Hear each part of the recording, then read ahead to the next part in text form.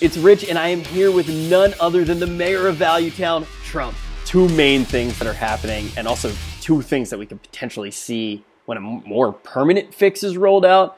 It's removal of cards and balancing of weights that cards can actually be picked up in Arena. So first we'll take a peek at actually removing the cards. What do you think of that as, even for cards that are specific, like Cthulhu? That was the first one that kind of did it. Then obviously Purify comes into play. Those are the first two cards that they're like, okay, we're going to remove them from Arena. Cthulhu, because you can't draw the synergies necessarily. And then Purify, because they're like, okay, this is just, it almost into the bad vein. It's like this card might be bad, even though it's a good card in the right scenario.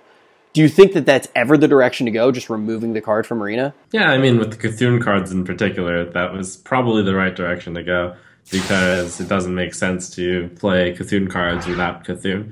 Even though the vanilla minions are actually pretty good, the basic minions for those.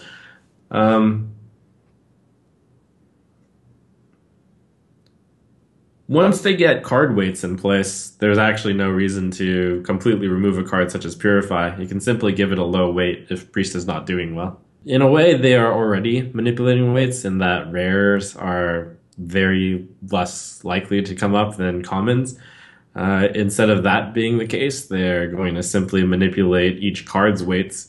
And by doing so, they're going to be able to make it so that the more powerful classes' powerful cards will show up less often, and the more powerful cards of less powerful classes will show up more often in Arena.